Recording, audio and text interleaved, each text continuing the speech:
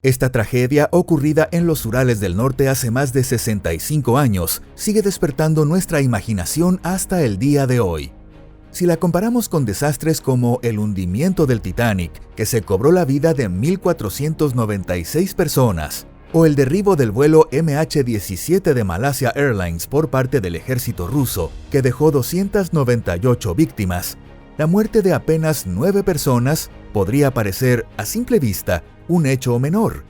Y sin embargo, por alguna razón, esta enigmática historia ha sobrevivido al paso del tiempo como la tragedia del paso de Dyatlov y ha sido contada generación tras generación. Hola a todos. Una de las razones por las que este caso sigue capturando tanto interés podría ser el aura inquietante y misteriosa que lo rodea. Y lo más extraño es que cuanto más se investiga, más difícil parece distinguir la verdad. Aún así, intentemos adentrarnos un poco más. Esto es Pangea.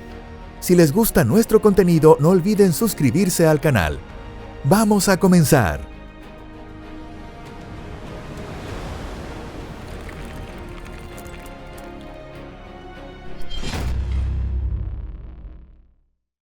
La ruta y sus integrantes.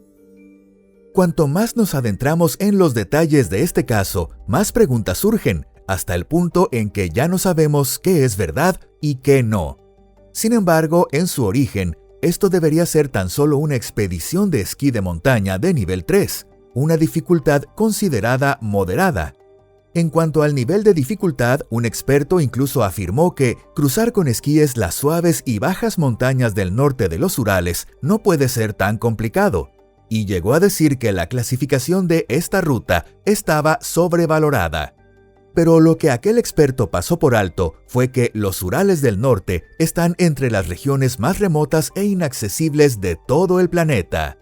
El clima en esta zona es tan extremo que ni siquiera en verano se derriten por completo los glaciares, y en invierno las temperaturas pueden caer por debajo de los menos 50 grados.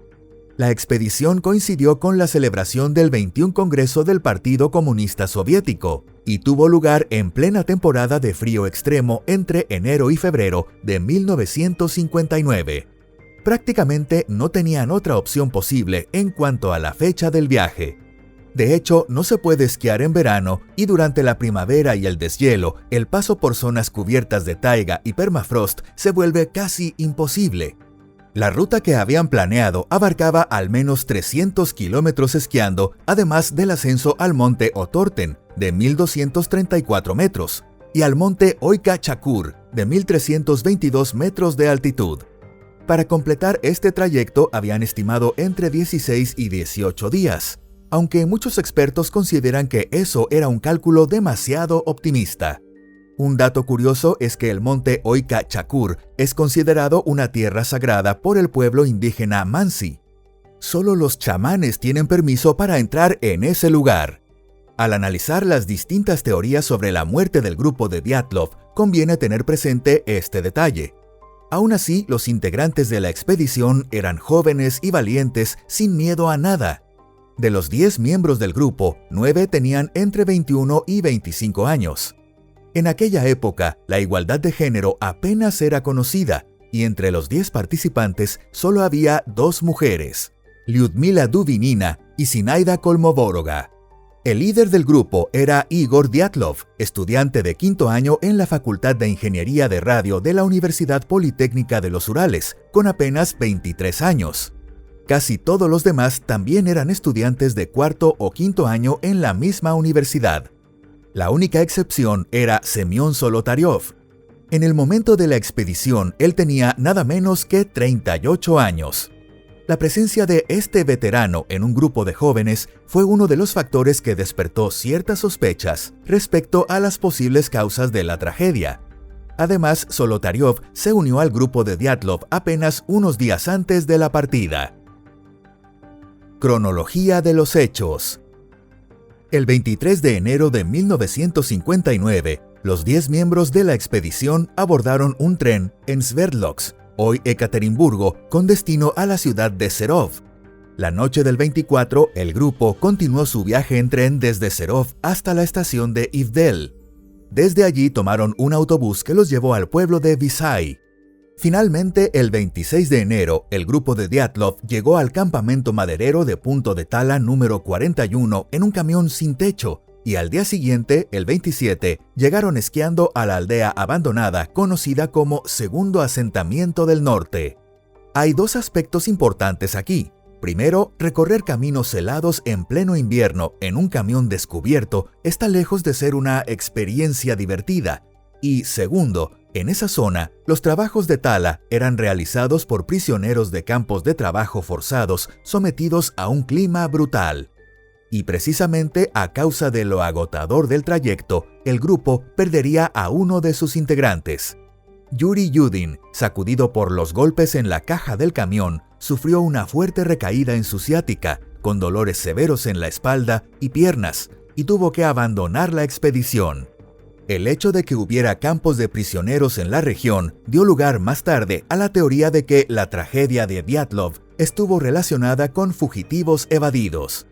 Sea como fuere, el 28 de enero los 9 miembros restantes partieron del Segundo Asentamiento del Norte, llegaron esquiando hasta el río Lozva y acamparon esa noche junto a su orilla.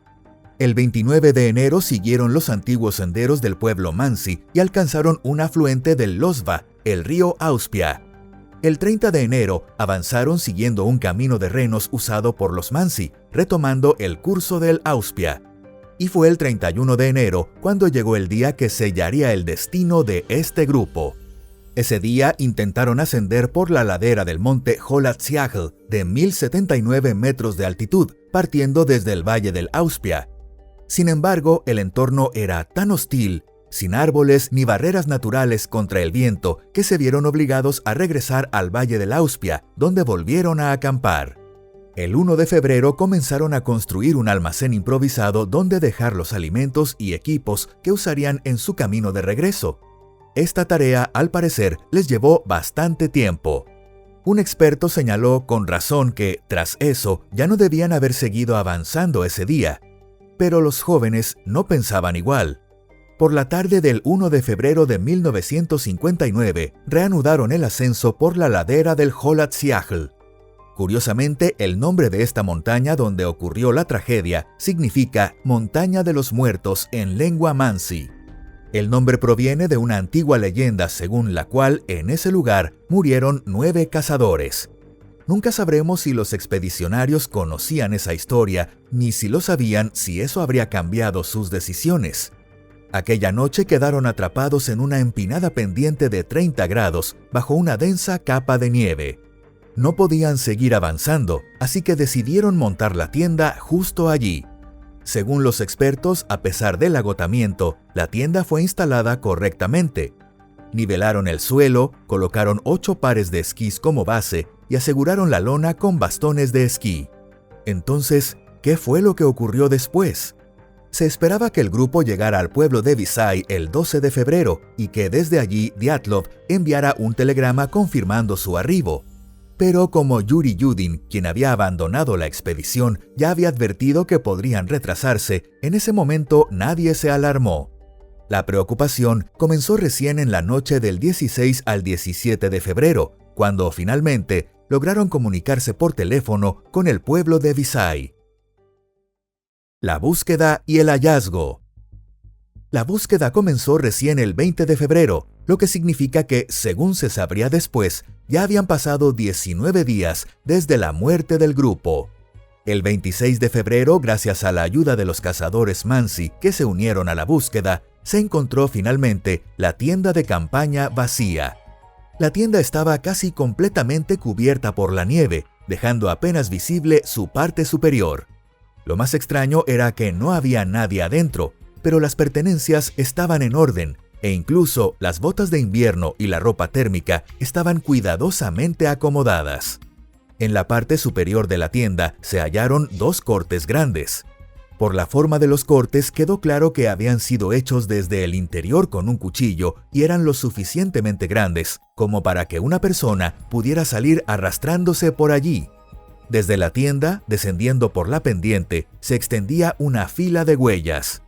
Estas huellas mostraban que los miembros del grupo caminaban con paso normal, manteniéndose relativamente cerca unos de otros. Y lo más impactante, la mayoría iba descalzo, solo con calcetines o con solo un zapato. Y todo eso a temperaturas de menos 30 grados bajo cero. Sin embargo, unos 50 metros más adelante, las huellas desaparecían bajo la nieve fresca. Al día siguiente, a 1,5 kilómetros de la tienda, bajo un pino siberiano, se encontraron los dos primeros cuerpos, los de Krivnichenko y Doroshenko. Ese mismo día, otros 300 metros más abajo, apareció el cuerpo de Igor Dyatlov.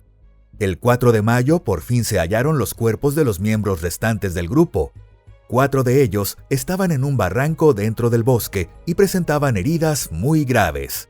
Por ejemplo, Lyudmila Dubinina tenía las costillas rotas, le faltaban los ojos y la lengua, y Nikolai Tribault-Brignole tenía el cráneo completamente destrozado.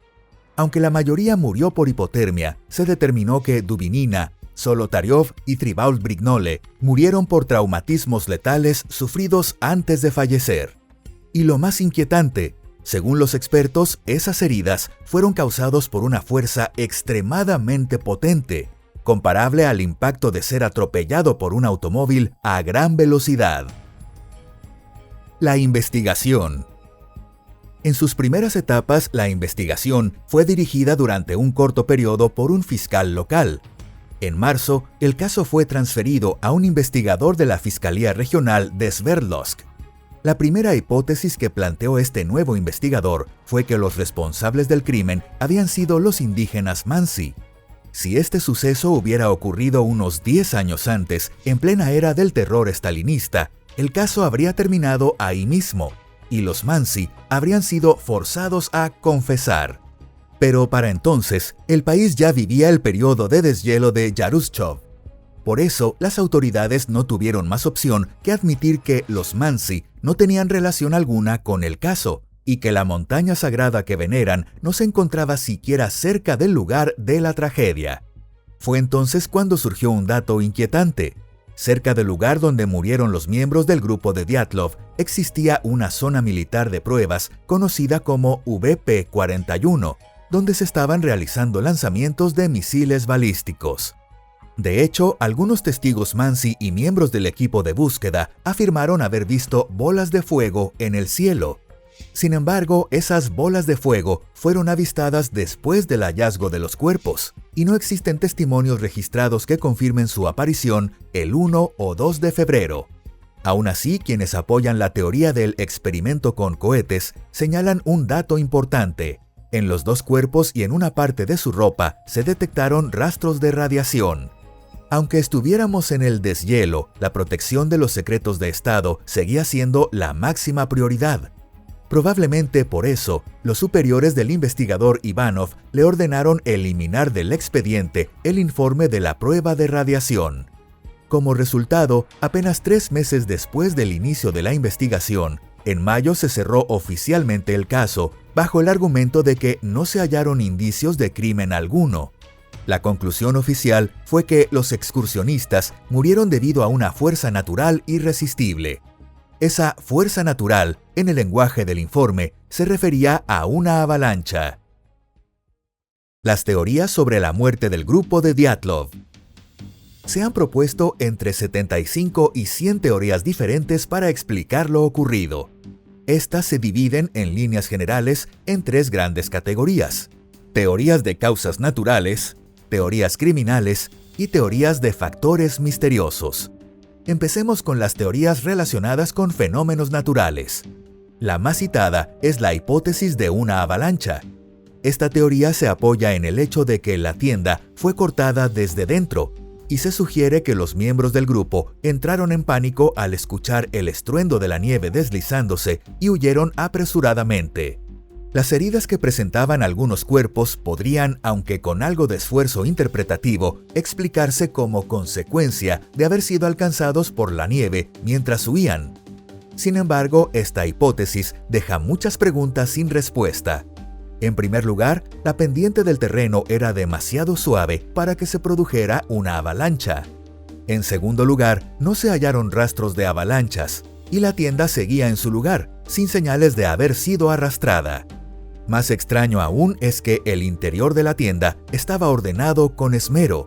Eso no parece consistente con una huida caótica, y tampoco cuadra que los jóvenes salieran casi desnudos en plena noche helada, para luego alejarse caminando a paso normal en lugar de correr. Otro fenómeno natural que se ha sugerido es el llamado viento catabático. Se trata de una corriente de aire frío que desciende repentinamente desde la cima de una montaña. Es posible que el sonido espeluznante de ese viento los haya aterrorizado y que la nieve acumulada sobre la tienda se desplomara sobre ellos. Pero este tipo de viento es extremadamente raro. Aún más inusual es el infrasound o infrasonido, una vibración de frecuencia tan baja que afecta al cerebro humano, provocando desorientación o ataques de pánico. Ha sido registrado en ciertas zonas de los Urales, pero no existen reportes de su presencia en la región norte donde ocurrió el incidente. Y en cualquier caso, el infrasonido no explica las lesiones internas tan graves que sufrieron algunos miembros del grupo. Pasemos ahora a las teorías criminales. Los posibles culpables que se han señalado incluyen a los indígenas Mansi y a prisioneros fugados de campos de trabajo. La implicación de los Mansi fue descartada desde el inicio gracias a entrevistas con testigos y comparación con los testimonios de colonos rusos. De hecho, los Mansi son un pueblo pacífico y colaboraron activamente en la búsqueda de los cuerpos y de la tienda. Además, los cadáveres no presentaban señales de lucha o enfrentamiento. En cambio, el caso de los prisioneros fugados es más complejo. Existían campos en la zona y no sería imposible que alguien hubiera intentado escapar. Sin embargo, no hay constancia oficial de fugas durante ese periodo. Y escapar en pleno invierno, bajo esas temperaturas, era prácticamente una sentencia de muerte.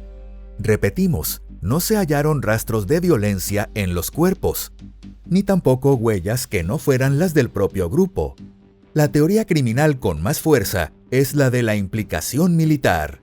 Se sospecha que los excursionistas entraron accidentalmente en una zona de pruebas de misiles o que fueron testigos de algo altamente confidencial. Las lesiones de Lyudmila Dubinina y Semyon Solotaryov podrían ser compatibles con una onda expansiva o una explosión de alta presión. Las heridas internas sin daño externo aparente son típicas de explosiones de proyectiles sin metralla. También se detectó radiación beta de alto nivel, posible residuo de pruebas nucleares, en los cuerpos y la ropa de Dubinina y Alexander Kolevatov. El secretismo oficial queda en evidencia. El caso se cerró rápidamente, el informe de radiación fue eliminado y nunca se hicieron públicos documentos clave como fotografías, diarios ni interrogatorios. Años más tarde se liberó parte del material, pero cuando la Fiscalía Federal de Rusia reabrió el caso en 2018, nadie sabía con certeza qué documentos se habían hecho públicos y cuáles seguían ocultos. Y para colmo, aquella nueva investigación respaldó la conclusión original de 1959, que todo se debió a fenómenos naturales. Ahora hablemos de las teorías misteriosas. Como es de esperar, este tipo de explicaciones abundan. La más elaborada se muestra en la película de suspenso El incidente Dyatlov, dirigida por Renny Harlin y estrenada en 2013.